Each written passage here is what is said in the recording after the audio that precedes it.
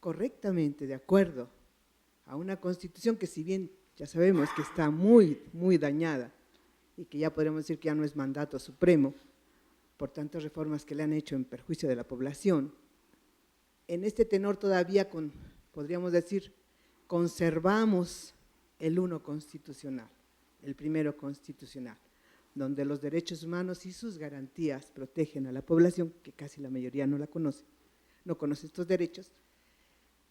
Yo le pregunto a usted, que representa a la fiscal, en México, los derechos humanos es como, podríamos decir a nivel internacional también, porque estamos viendo toda la masacre que está generando el crimen organizado, y para mí sería la empresa transnacional financiera. Pero yo le pregunto, en México nada más los derechos humanos es como un producto más del capitalismo que sirve para legitimar al sistema político mexicano, pero que en la realidad estamos viviendo un México de pobreza extrema, que es lo que genera que las familias ignorantes y pues malvadas, ¿verdad?, vendan a sus hijos o a sus hijas, o las chicas salgan a la calle porque son despojadas o expulsadas de sus casas, o los niños y niñas. ¿Eso es para el sistema político mexicano, los derechos humanos, una legitimación más? Me hace usted recordar cuando estaba de visitadora en la Comisión de Derechos Humanos de Jalisco, cuando se trabaja por el reconocimiento de los derechos humanos para que los servidores públicos los reconozcan como tal, y una de las respuestas de policías, ministerios públicos, es que los derechos humanos son para delincuentes. No sé si ustedes lo han oído. De hecho, hubo una campaña con el gobernador del Estado de México que estuvo antes de Peña Nieto, que decía que los derechos humanos eran para las ratas o algo así, ¿no? Entonces, usted me pregunta desde el punto de vista político, y yo le contesto de manera particular en primera instancia, ahorita le contesto como servidora pública. Yo estoy de acuerdo en nuestros países, porque yo he viajado a Sudamérica a tener encuentros para ver el estado de la situación de los derechos humanos de las mujeres en otros países, y evidentemente en México estamos avanzados en lo que se refiere a un nivel legislativo. Tenemos leyes que muchos otros países no tienen en relación a los derechos de las mujeres, leyes para protección de víctimas. El elemento que falla para que esas leyes tan completas que tenemos se apliquen, pues es el elemento humano, es la y el servidor público. Y en ese sentido, yo hago responsable, por supuesto, ahora ya le contesto como servidora pública, en mi trayectoria, que ya van más de 15 años, y que he estado en diferentes instancias, desde derechos humanos, procuradurías, he podido advertir que sí es un discurso, por supuesto, los derechos humanos, sí es una forma de responder en el discurso a todas las fallas que tiene el Estado mexicano para con las víctimas, para con la ciudadanía en general, en el sentido de que la mayoría de los informes que se dan a la ONU, CEDAW, etcétera, etcétera, siempre es un discurso de que se cumplen en términos generales. Pero cuando uno está dentro de las instancias, cuando está viendo caso por caso por caso, es evidente que los derechos humanos son importantes en el discurso y son importantes en la práctica. El disimulo que tiene el Estado mexicano en el ámbito político, pues es el disimulo no solamente en derechos humanos, en otros aspectos de la política mexicana. O sea, eso es como la característica de un político, el disimulo y el doble discurso, no solo en derechos humanos. Pero como servidora pública me he dado cuenta que cuando el servidor público, el servidor público está sensibilizado, en primera instancia, no necesita conocer muchas leyes. Y esa sensibilidad no la va a dar, en mi consideración, la capacitación que se da regularmente. Porque esa sensibilidad se tiene que adquirir desde que están en la universidad las y los abogados. Desde la primaria y de la secundaria, que la cuestión cívica, que ustedes se acordarán que esa clase ya no la quitaron, o no sé si ya volvió, porque creo que la quitaron, yo la tenía cuando estaba en la primaria. Esos valores de respeto a las diferencias, de respeto, de la igualdad, no las va a obtener un servidor público cuando ya está en el cargo. O sea, si tiene la sensibilidad y está abierto, por supuesto que sí, la capacitación sirve. Pero los derechos humanos, decía Guadalupe Morfín, que fue mi jefa, es la parte femenina del derecho. Y eso implica la protección, el entendimiento, el cobijo, la sensibilidad. Porque el derecho es frío, o sea, no debes de hacer y si haces te castigo. Pero los derechos humanos implican no el conocimiento, sino el querer entender y tener empatía por el otro. El entender que la víctima que tengo a un lado del escritorio, lo que le pasó es parte de la naturaleza humana y sentirlo como propio. Para mí esos son los derechos humanos. En ese sentido, el servidor público, por más que se le capacite y se le dé cursos, si no se abre para ese tema, no va a haber vigencia de derechos humanos. Por más que la ley esté completa en ese sentido, la Ley General de Víctimas, la Ley General de Acceso de las Mujeres y los que ustedes quieren mencionar, pues ahí están, pero no se aplican porque en todos los foros donde yo he estado, por supuesto la denuncia principal es, pues entonces ¿para qué está la autoridad? ¿Para qué está la ley? Efectivamente hay muchos vicios, hay impunidad y corrupción, pero eso se genera, para mi gusto eso se puede modificando la educación que tenemos en la primaria, en la secundaria. Las y los estudiantes de derecho deben de darles cursos de derechos humanos desde que entiendan cuál es la obligación, que estamos inmersos en un sistema de protección y defensa de derechos humanos interamericano, que no es un tema de moda, como dijo alguien por ahí, que no es un tema de que si quieres o no quieres, que la perspectiva de género no es un tema de feministas, no es un tema de que está de moda, es una obligación del servidor público. Eso por un lado. Los derechos humanos tienen que ser una forma de vida y una forma de impartir justicia y procurar justicia. Yo creo que ahí vamos poco a poco. La otra parte es que se entienda, sobre todo las organizaciones civiles que trabajan con víctimas, que se entienda que efectivamente hay muchos casos de omisión y negligencia, pero por supuesto. Pero las organizaciones civiles se tienen que conformar en redes si es posible, o esas organizaciones civiles tendrían que tener el conocimiento suficiente para poder denunciar al servidor público que no está cumpliendo con su deber. Es decir, en el momento que el servidor público sepa que va a ser denunciado, no por una persona, por una organización civil, por una red de organizaciones civiles, y estar ahí señalando las omisiones que tiene uno o dos servidores públicos, hasta el subprocurador, quien sea responsable de que el Ministerio Público no trabaja, es importante que la cultura de denuncia también como que se fortalezca en las organizaciones civiles, en el ciudadano.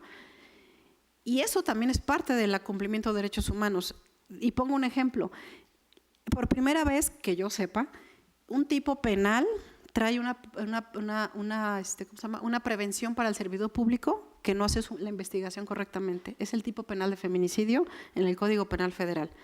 Es el 325, si mal no recuerdo, y ya dice, bueno, la privación de la vida de una mujer por razones de género son estas y estas, la penalidad es esta, pero el servidor público que no cumpla con la investigación, algo así dice, bajo el debido proceso, con su obligación de investigar, va también a estar sujeto a ciertas penalidades. Ahí, si yo trabajara en una organización civil y veo que hay un caso de omisión, sí es cierto que se van cubriendo en los estratos de las procuradurías, es cierto que se van cubriendo un funcionario otro, pero la idea es que se denuncie, que se señale, que permanezca esa posición de la asociación civil o de las personas o abogados que defienden a víctimas, más bien que tutelan a víctimas, de manera que eso no quede impune o quede en el ámbito de la denuncia en foros. Esa sería mi posición en relación. ¿Los derechos humanos para qué están? Pues para que se cumplan. Y si para cumplirse se necesita señalar y castigar al servidor público, que se le castigue. Pero cierto, reitero, y con eso termino, que no solamente en México, sino en otros países, los derechos humanos son, por supuesto, que un doble discurso. Y no nada más eso, sino otros ámbitos del quehacer político. ¿Perdón? Sí. Sí. Estoy de acuerdo en que no hay cultura de la denuncia, pero si realmente hubiese, nos quedábamos sin funcionarios casi ¿verdad? En todo el ámbito. Pues hay que hacerlo. Gubernamental. Pero la verdad es la represión de lo que está viviendo México, ¿no? Es un país que más violenta los derechos humanos que cualquier otro país. Bueno, en parte ahorita estamos viviendo y tenemos que repensar el derecho internacional, pero la verdad es que tenemos que tener, yo creo que las poblaciones nacionales, más conciencia, más sensibilización, y el Estado no tiene la voluntad política para poder promover estos derechos. La mayoría de la gente no los conoce. Digamos, usted la CEDAW desde 79 y 81 México la adopta. Entonces, dígame, ¿cuántas mujeres en México conocen que hay una convención sobre la eliminación contra la discriminación hacia la mujer? Casi la mayoría no la conoce. Es decir, no hay promoción por parte del Estado, no hay voluntad política. ¿Por qué? Porque lógicamente le conviene. Gracias. Una pregunta más y cerramos la mesa. Por parte de FEBIMTRA,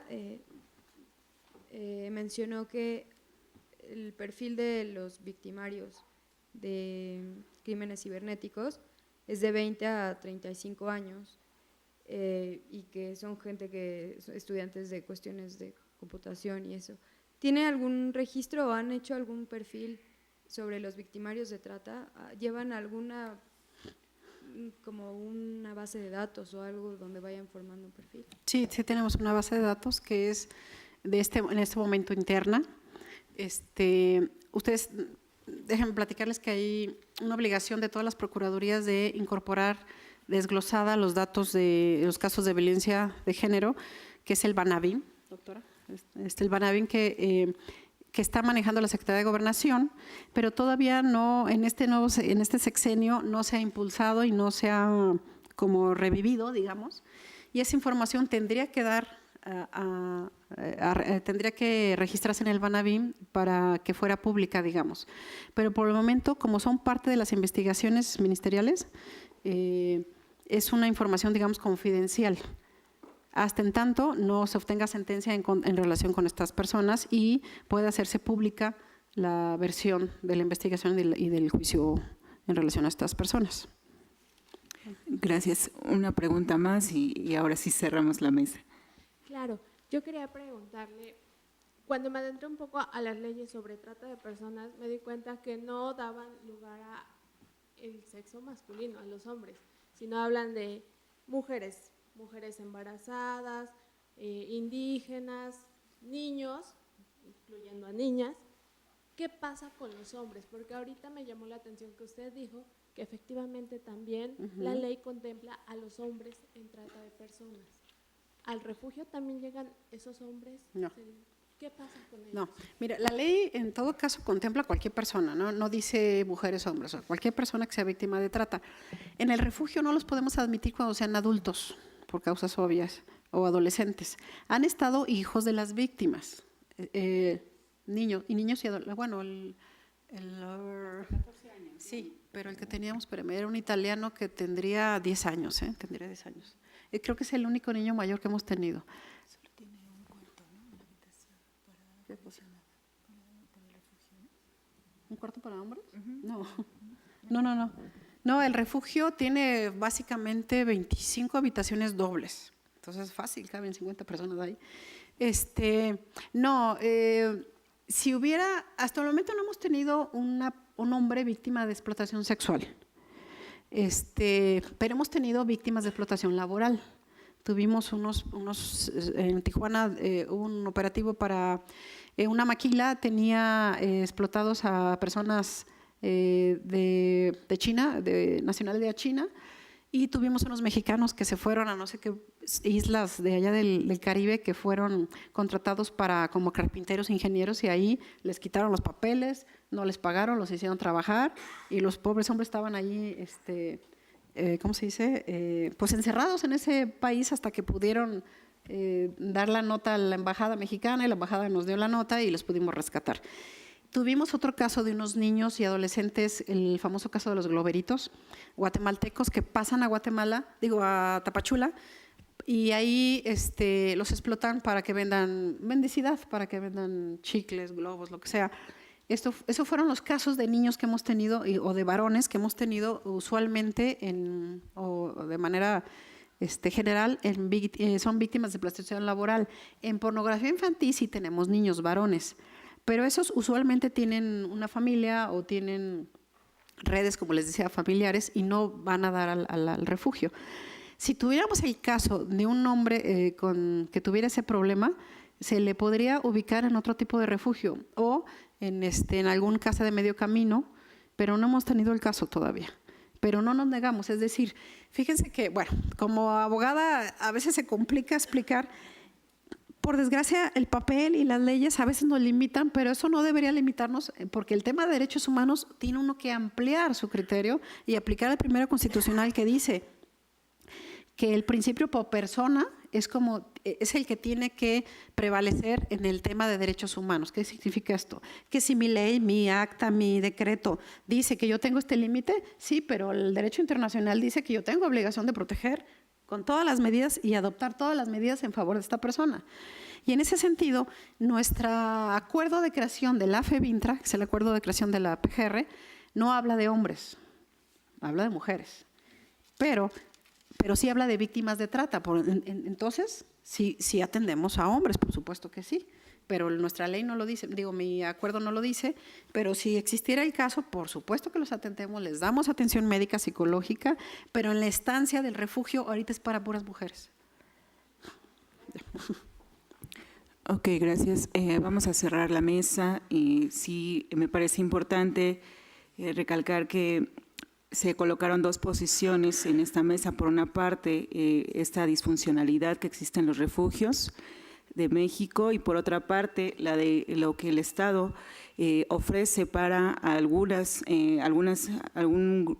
grupo vulnerable o a quien se le vulneran sus derechos, como son las víctimas de trata.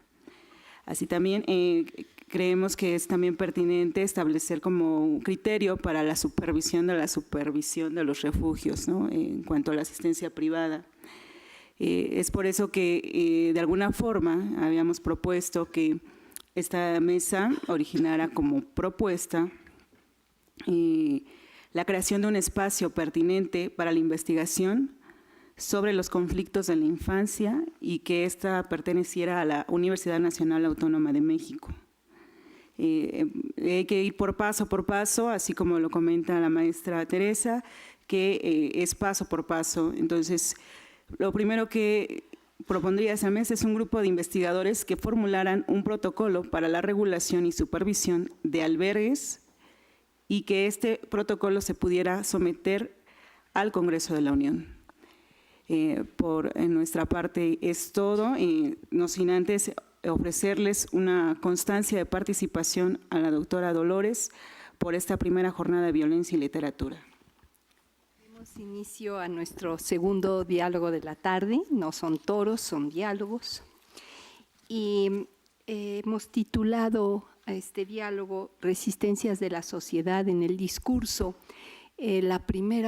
Primer diálogo fue precisamente esta confrontación con la realidad que parece ficción y ahora veremos qué ficción se hace realidad, ¿no? Como la única manera de construir a veces es desde la resistencia. El resistir es una forma de construir, dice Mariflor, y creo que algo de razón hay en ello. Por eso quizá estas organizaciones de la sociedad civil son la esperanza, son el movimiento y son el principio del cambio. Y esto se da desde el mito literario también, por no decir que a partir del mito literario. Las resistencias de la sociedad en el discurso estarán a cargo de la maestra Teresa Ponce y la doctora Azucena Montes, que van a conversar sobre las resistencias que la sociedad mexicana y otras sociedades desarrollan en discursos científicos y literarios. La resistencia ante la dominación implica, de alguna manera, la expresión de un cambio cuyos pensamientos se encuentran en el discurso oculto una estrecha manera de manifestarse. Los espacios marginales permiten a los menores, a los subordinados sociales, comunicaciones de indignación o cuestionamientos comunes. En estas resistencias, lo mismo de creación literaria que científica, los confidentes cercanos comparten sus experiencias de dominación y de violencia estructural.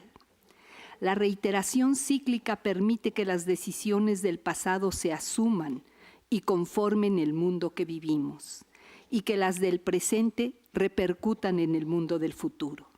En este discurrir cronológico, los privilegios de la autonomía suceden en el espacio social de la resistencia. Los límites entre la realidad y la ficción estiran el lenguaje con discursos de frontera. Háganse tontos, háganse los muertos, háganse las dormidas. La resistencia disfrazada se convierte irremisiblemente en discurso público que expresa, a través de un código polifónico, el conflicto social. Por ello, este diálogo quiere repensar la discordia concordante, discordia concordis, como una forma cultural para conocer mejor la violencia, porque, como escribe Benjamin, no existe documento de cultura que no sea a la vez documento de barbarie. La mesa de esta mañana cerraba con el principio de no podemos comprender la violencia, al menos vamos a conocerla. Y ha sido un poco el objetivo de estos dos diálogos. En primer lugar, estará con nosotros la maestra María Teresa Ponce Torres, licenciada en Lengua y Literaturas Españolas, con estudios de maestría en Lingüística e Historia del Arte, aquí en la UNAM, escritora que ha participado en los talleres literarios de Guillermo Samperio, Alberto Chimal, Ricardo Bernal y Oscar Wong. Ha sido reportera, editora, enviada especial y directora de diversas secciones del periódico El Sol de México.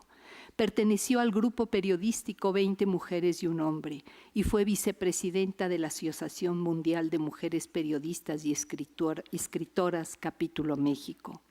Coordinadora y guionista de las materias humanísticas para la serie de TV Introducción a la Universidad y guionista del noticiero fílmico El Continental. Ha escrito guiones cinematográficos, entre ellos El Niño Remolino, un guión para niños, Wayú y Malinche, este último en coautoría con Elda Peralta. Desde 1978 a la fecha publica en El Sol de México la columna Acordanza. Fundó en 1997 con distinguidas escritoras la editorial Morgana, de la cual a la fecha es su gerente general. Entre sus libros publicados, solamente por mencionar algunos, se encuentra Un ruiseñor lleno de muerte, aproximación a Carlos Pellicer, La mujer que traía el sol en la cabeza, cuentos, se los recomiendo, Convivencias literarias y La mujer en la literatura. Ha recibido importantes distinciones nacionales e internacionales. Medalla Ciudad de Niza, Francia, Medalla 1300 años de Bulgaria, Premio Nacional de Periodismo AMPE, Premio Internacional de Guionismo Harley Miller para México, Premio FEMS Líder Mondials de Bélgica, entre otras muchas distinciones. Con nosotros. Bueno, pues en primer lugar quiero agradecer a la doctora Palacios que me haya invitado a estas charlas y a estas reflexiones, a participar en las reflexiones sobre lo que es la violencia. Y lo que más he manejado yo es la violencia y la literatura, en el sentido que al dar unos cursos de literatura para adultos, eran, mejor dicho, para adultas, porque eran amigas mías todas, se me ocurrió hacerlo con visión de género. Y entonces me encontré allí una gran cantidad de violencia contenida en todas lo que eran las obras que habíamos leído y que leímos durante 5 años. Hoy en la mañana, el doctor Valdés, director de Filológicas, habló de la literatura universal, habló de Shakespeare, habló del Quijote, y cómo se dan estas resistencias hacia la violencia en el discurso de estos escritores, sobre todo en el discurso de El Quijote, de las letras y las armas, y también cuando le da los consejos a Sancho de cómo manejar la isla barataria. Y en el caso de Shakespeare, en El Mercader de Venecia. Yo me voy a dedicar más modestamente a plantearles algunos libros literarios mexicanos donde vamos a ver precisamente tipos de mujer, o sea, tipos de mujeres que aparecen y cómo se dan dentro de situaciones de violencia. El seminario Margarita de Lingüística Forense me ha puesto a reflexionar en estas primeras jornadas en los vasos comunicantes que a través del pacto verbal del que habla Octavio Paz se da entre lo real, la realidad, y el espejo crítico, que es la literatura. O sea, la literatura siempre va a ser espejo crítico de la realidad. Tomaré para ello primero algunas imágenes de mujeres en la literatura, pero en la época posterior en la época anterior, a que se promoviera jurídicamente la igualdad de géneros. Y en la segunda parte, cómo a partir del movimiento feminista y de la igualdad jurídica del hombre y de la mujer, las escritoras y escritores asumen la violencia en contra de las mujeres. Bueno, escogí para señalar este diálogo la novela Tomochic, de Heriberto Frías, que ilustra muy bien en 3 imágenes de mujeres la condición de violencia en que vivían las mujeres en el siglo XIX. Tomochic, usted no sé si la han leído, pero es una novela de guerra. Es una novela que va a narrar los sucesos acaecidos en los años de 1891-92, cuando los pobladores de un pequeño pueblo de la Sierra Tarahumara llamada Tomochic, precisamente se levantan en armas contra el gobierno de la República y contra el clero católico, al grito de ¡viva el gran poder de Dios! Y ¡viva la Santa Teresa de Cabora!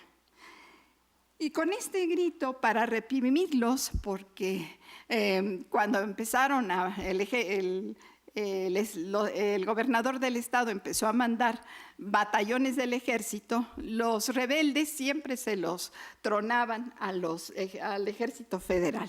Entonces decidió Porfirio Díaz mandar un gran contingente, mandar a 1,200 soldados y 3 batallones y un cañón para acabar con esa resistencia de 120 rebeldes criollos que vivían en el poblado de Tomochic. Y Tomochic, como decían, si lo pronunciamos a la rarámuri. Y entonces, en este encuentro, mandan al ejército, pero no sabían que en el ejército iba un futuro escritor. Iba precisamente Heriberto Frías, que en ese entonces él se había pasado del colegio militar al ejército federal para poder mantener a su madre. Y entonces va este muchacho de 22 años, salido de la escuela militar, a enfrentarse por primera vez a la guerra. Y lógicamente fue una guerra terrible, donde se destruyó, se arrasó con el pueblo. Se arrasó de la manera más espantosa. Eso sin contar que los tomochitecos, los 122 tomochitecos, hombres y las mujeres que los acompañaban, mataron a 600 soldados del ejército federal, o sea, a la mitad del ejército federal que les habían enviado, que eran 2 batallones o 3 batallones. Quizá ustedes sepan aquí cuántos número de soldados tenga un batallón, yo no lo sé, pero iba el batallón 9º, que era donde iba Heriberto Frías, y otros 2 batallones de un general Rangel. Entonces, se impone el ejército federal y van haciendo van llegando, van arrasando, van matando a todos. Y cuando matan a todos, ya los últimos tomochitecos se refugian en la iglesia. Pero a medida que van conquistando casa por casa y lugar por lugar, calle por calle, van incendiando. Y a todos los que encuentran, perros, niños, gatos, etcétera, mujeres, etcétera, se los pasan por las armas.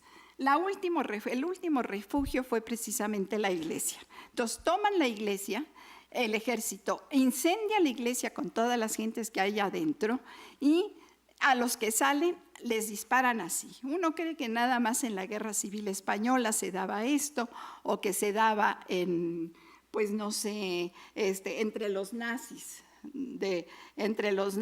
en la guerra en España precisamente. Pues no, se dio también aquí en México durante un gobierno cuyo lema era paz, orden y progreso. Entonces el discurso, ¿verdad?, la resistencia de la familia, de estas familias ante el discurso va a provocar su aplastamiento total.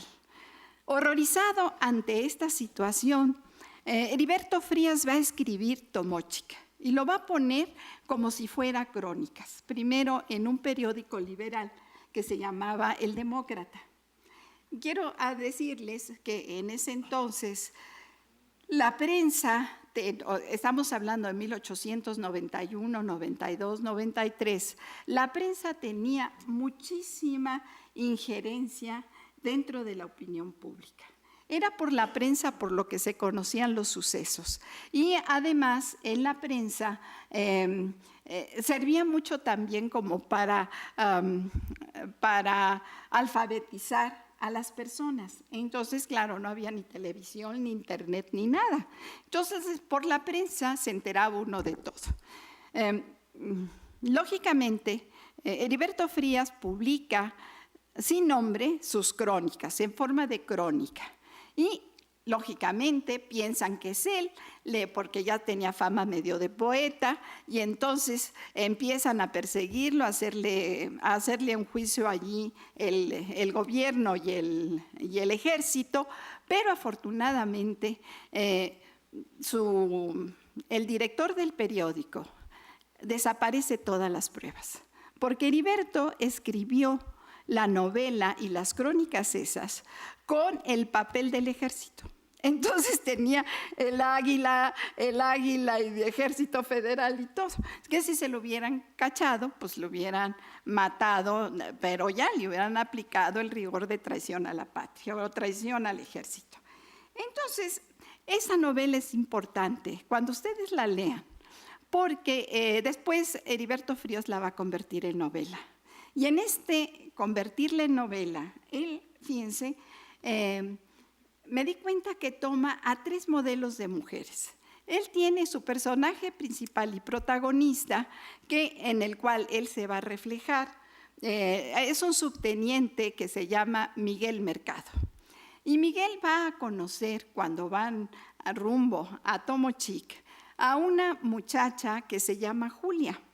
¿Cómo la va a conocer? Pues Miguel llega a un restaurante, a una fonducha, dice él, se encuentra a Julia y le encanta. Es una chica de 14 años, vestida así muy bonita, nos describe cómo la viste, y alguien le dice, esta es una tomochiteca, o sea, que ya sabe que se va a ir a Tomochic. Entonces él se enamora de ella y la vuelve a ver en casa de un vejete que le da posada y le da de comer o de alimentarse. Él paga por su alimentación. ¿Y dónde vuelve a ver a Julia? Y en esa nueva estancia con Julia se da cuenta que Julia es la concubina de ese viejo que te lo describe asqueroso, barbón con el pelo largo, lleno de piojos, harapos, etcétera, etcétera, y esta chica de 14 años es su concubina. Él se asombra, se queda así, siente que él le gusta también a Julia, y en este sentido, ¿qué es lo que va a hacer? Que está atacado y nos habla precisamente indignado de cómo esta chica aguanta esa situación. La chica le cuenta que su padre es el señor San José. Van a decir ustedes quién era San José. Pues San José, la Santa de Cabora, que era una muchacha que en el norte de Sinaloa y en Sonora tenía fama de santona y tenía fama de santa, le hicieron fama de santa, muy joven, de 18 años, lo va a instituir al papá de esta muchacha, el señor San José. Y entonces este tomochiteco regresa a su pueblo y decide con un amigo suyo rebelarse, hacer una iglesia reformada, sacar a todas las instituciones gubernamentales y hacer un pueblo nuevo en el cual su hija vaya a ser una especie de virgen, donde donde sea un medio de peregrinación. Toda esta, digamos, locura un tanto, pues no sé, mística, y que van a defender los tomochitecos con las carabinas Winchester, es provocada por esa devoción a esta santa, de la que se llama la Santa de Cabora, que se llama en realidad Teresa Urrea. Y Teresa Urrea era una muchacha mestiza, hija de un hacendado de origen blanco, criollo, y de una indígena del norte de Sinaloa, que le dieron ataques catalépticos a los 15 años cuando se murió su mamá. Y en uno de los ataques catalépticos quedó como muerta 4 días, y cuando le iban a enterrar revivió. Entonces llega, revive y dice que Dios le dijo que tenía que ayudar a los desvalidos y que tenía que hacer justicia y ayudar a los justos y todo. Y entonces, como ella había aprendido herbolaria allí con una indígena de su pueblo, y había aprendido a curar a base de hierbas, empezó a hacerla de curandera. Y las curaciones que hacía eran milagrosas. Entonces, de repente, dentro del curso de esta vida, siendo muy jovencita, se empezó a extender la voz de que ella era una santa, de que era milagrosa y que sus curaciones eran milagrosas. Y casi todo el norte de Sonora, de Chihuahua y hasta Estados Unidos, se extendió su fama de curandera y de santa. Y entonces llegaban ríos de gente, hasta 200,000 personas están documentadas, que llegaban a esta hacienda de Cabora para curarse. Y ahí les vendían, como en todos los santuarios de México, les vendían estampitas de la Santa de Cabora, les vendían medallitas. Ella curaba a base de una mezcla de arcilla roja que había en un cerro muy cercano del lugar donde ella vivía. Le echaba saliva, hacía una masilla y con eso la frotaba. Y entonces algunos pacientes se le morían, pero otros resucitaban. Entonces sobrevivía. Entonces, bueno, la fama de esta santa, ella, entre sus pacientes, los que más tenían era a los indios mayos del Yaqui. Y los indios mayos se van a alzarse y van a tomar Navojoa, porque don Porfirio y los terratenientes les quieren quitar sus tierras. Y ¿cómo se llegan a Navojoa? Viva la Santa Teresa de Cabora. Entonces, la represión que hace don Porfirio también de los yaquis y de los mayos, la podemos ver, también hace una matazón espantosa, está documentada, y a los que sobran los manda del norte a todas las haciendas del sur hasta Yucatán. Entonces hace un verdadero genocidio de esas tribus indígenas. ¿Y quién es el resultado? Primero está... Es casi al mismo tiempo, primero son los yaquis y luego es Tomochic. Entonces considera don Porfirio que entonces con el grito de la Santa de Cabora, así que expulse del país a la Santa de Cabora. Entonces, en esta novela vamos a ver en Tomochic cómo la Santa de Cabora va a aparecer precisamente como Santa Teresa Urrea, y va a aparecer casi como una inspiración mítica para estas personas. Entonces ya tenemos, fíjense, la mujer violada, que además Miguel Mercado, este protagonista, se vuelve a encontrar a Teresa, bueno, etcétera, y de repente allí le propone matrimonio. La otra está, no, yo no puedo, no puedo alejarme de mi familia.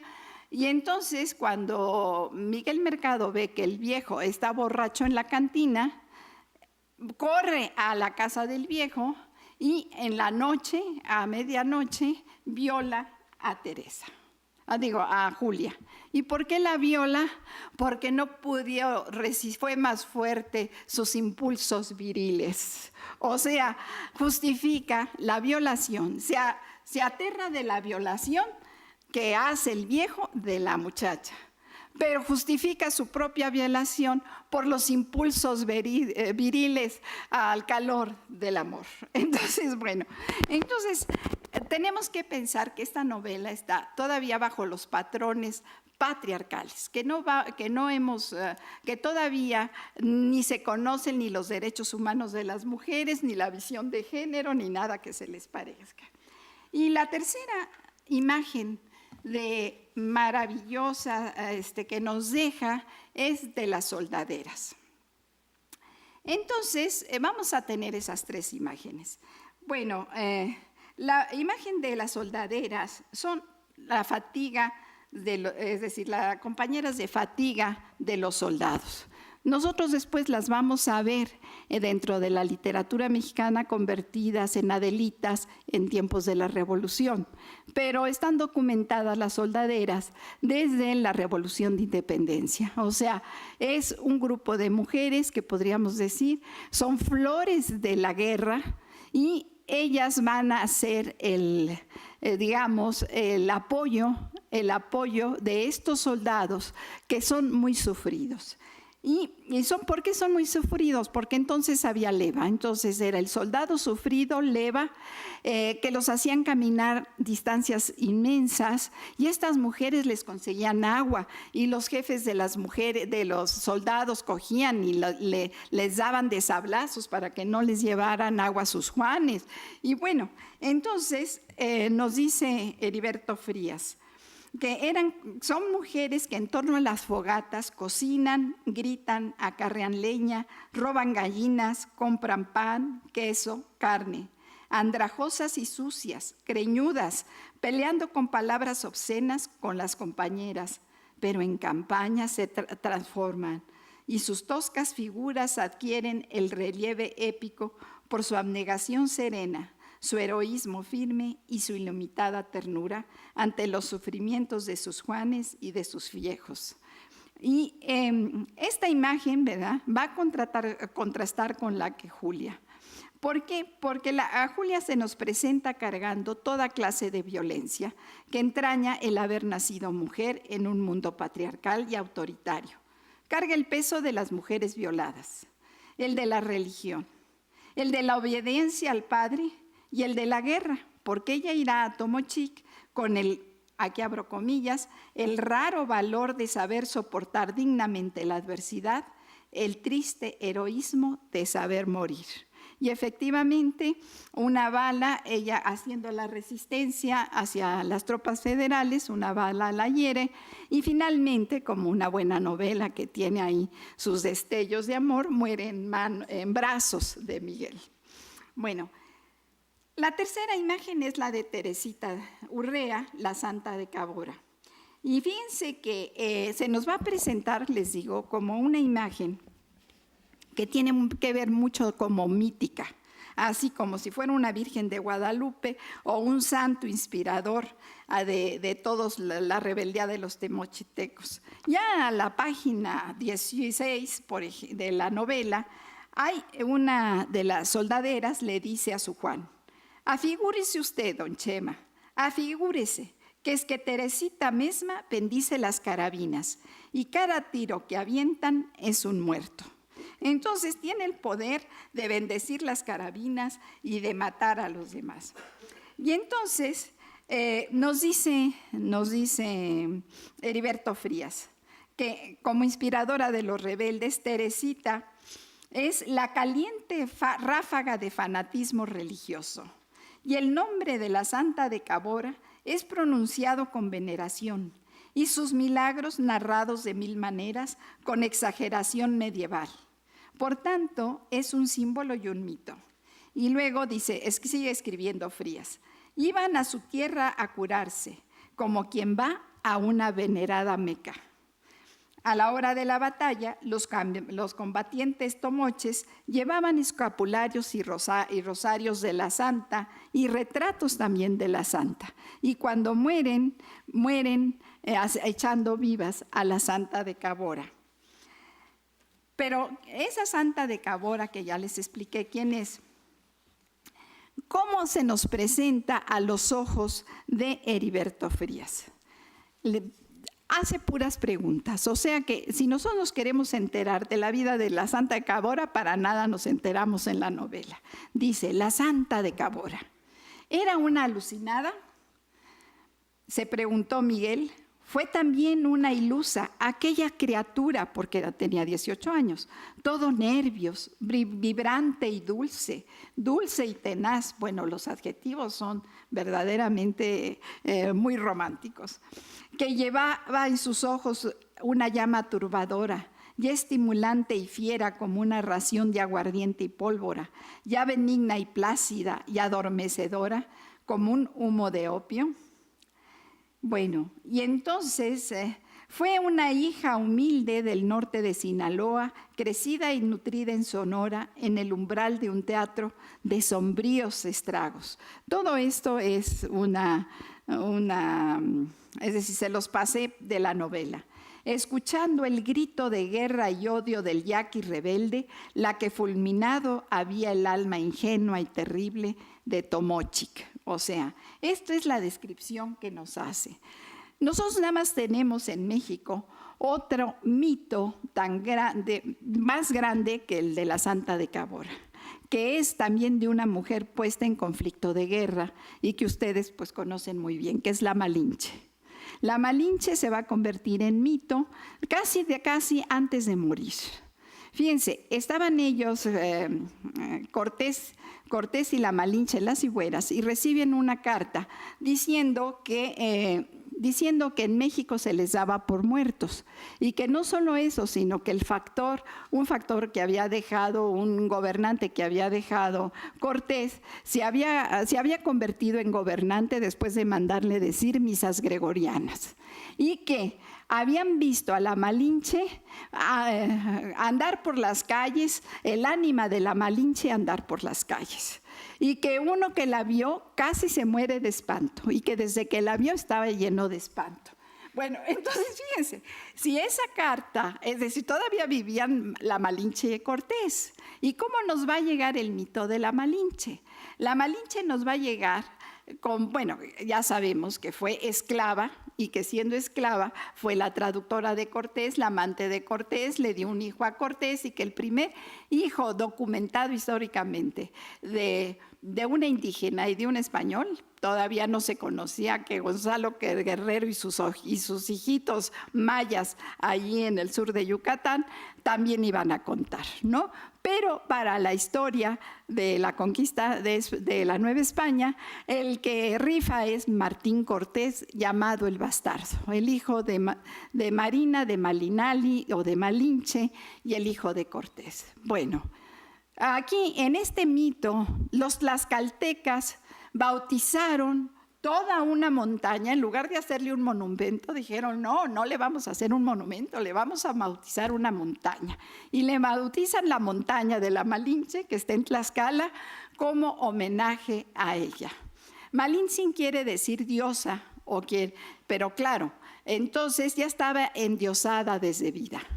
Ya era una mujer empoderada.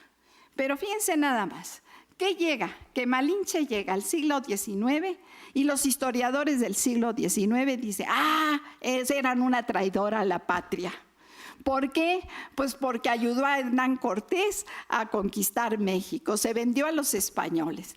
Entonces la pobre Malinche, ese mito fundacional de nuestra nacionalidad, va a tener el cargo todavía de ser una traidora a la patria que aún no se ha puesto a quitar. Y todavía Octavio Paz le echa más leña al asunto de Malinche. Fíjense nomás, que él dice, Malinche es un mito de México. Bueno, pues eso ya mitifica a Malinche. Es el mito fundacional, pero también es la gran violada, es la gran chingada. Y todos somos hijos de la Malinche, por tanto, todos somos hijos de la chingada.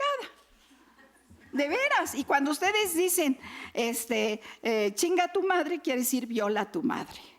Entonces, ¿qué es lo que pasa? Que esa mujer histórica se va a volver en ese gran mito, ¿verdad? Y en esa resistencia también fóbica del discurso cultural del siglo XIX, que tenía sus razones de ser, por ejemplo. ¿Cuáles eran las razones de ser? Que acuérdense que habíamos tenido 3 invasiones. Habíamos tenido 2 invasiones de los franceses y una invasión gringa que nos quitó la mitad del territorio.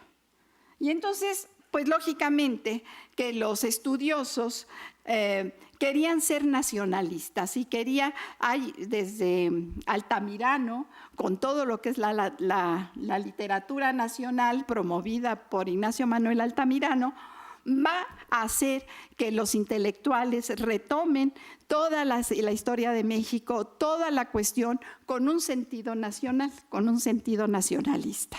Y de allí a la pobre Malinche surgió, pues le dieron su vapuleada. Bueno, vamos a seguir. La historia de la Santa de Cabora, por ejemplo, quedó en el olvido durante muchas décadas, hasta que la escritora Brianda Domecq la rescata y en 1990 escribe una novela titulada La insólita historia de la Santa de Cabora, sobre la cual la investigadora Débora Shaw publicó un profundo estudio en la revista Literatura Mexicana. Débora Shaw aquí analiza algo que es muy importante. La Santa de Cabora, fíjense, siendo hierbera, siendo una mística, siendo un poco maga, va a desmentir el discurso porfirista no nada más el de ley, orden y progreso, paz, orden y progreso, sino también el positivista. Entonces, el positivista decía nada más lo de la ciencia y lo que se pueda comprobar es comprobable. Y Comte había anulado la metafísica y había anulado todo aquello que no se pudiera comprobar. En este sentido, la Santa de Cabora, nos dice la Shaw, que es una resistencia de la sociedad a el discurso oficial.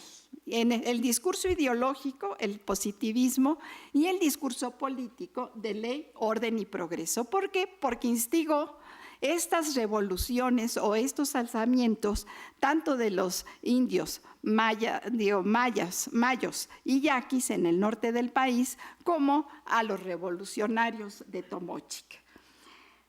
Bueno, entonces, en nuestra literatura está llena de violencia hacia las mujeres. Porque la violencia, fíjense, es una tendencia muy arraigada, y aquí perdónenme los hombres que están, no los quiero ofender, pero sí es una tendencia muy arraigada de la dominación masculina. Raptos, violaciones, malos tratos y muertes abundan en nuestra literatura. Desde la época de las novelas de la Revolución, donde todo el orden está subvertido, y la violencia es el discurso por excelencia, la violencia hacia las mujeres es el pan de cada día. Vamos desde Los de Abajo, que es la novela de Mariano Azuela, 1915, hasta Los recuerdos del porvenir, de 1963, de Elena Garro.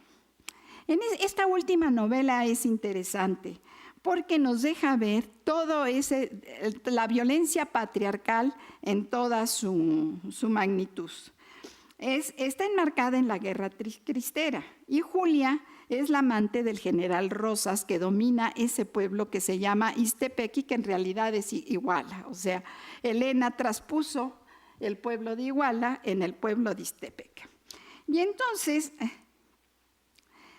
como tantas otras mujeres, esta Julia, otra Julia, curiosamente como la de Tomochic, ha sido raptada por el general de su pueblo natal. Y entonces, como no quiere al general, Julia se va a refugiar en los recuerdos de su tierra y de su infancia para evadir al poderoso amante apasionado de ella. Pero el general Rosas, muerto de la furia porque no le corresponde con la pasión, a la medida de la pasión que él tiene, pues la victimiza a rebencazos. Ustedes dicen, bueno, ¿qué es un rebenque? Pues un rebenque es un látigo de castigo. Es un látigo que usan los gauchos y que se usaba también aquí en tiempos de la Revolución para los caballos. Es un látigo hecho de cuero, enorme, ¿verdad? Pero corto, o sea, tiene 50 centímetros de mango y 50 centímetros de lazo. Entonces, imagínense que un amante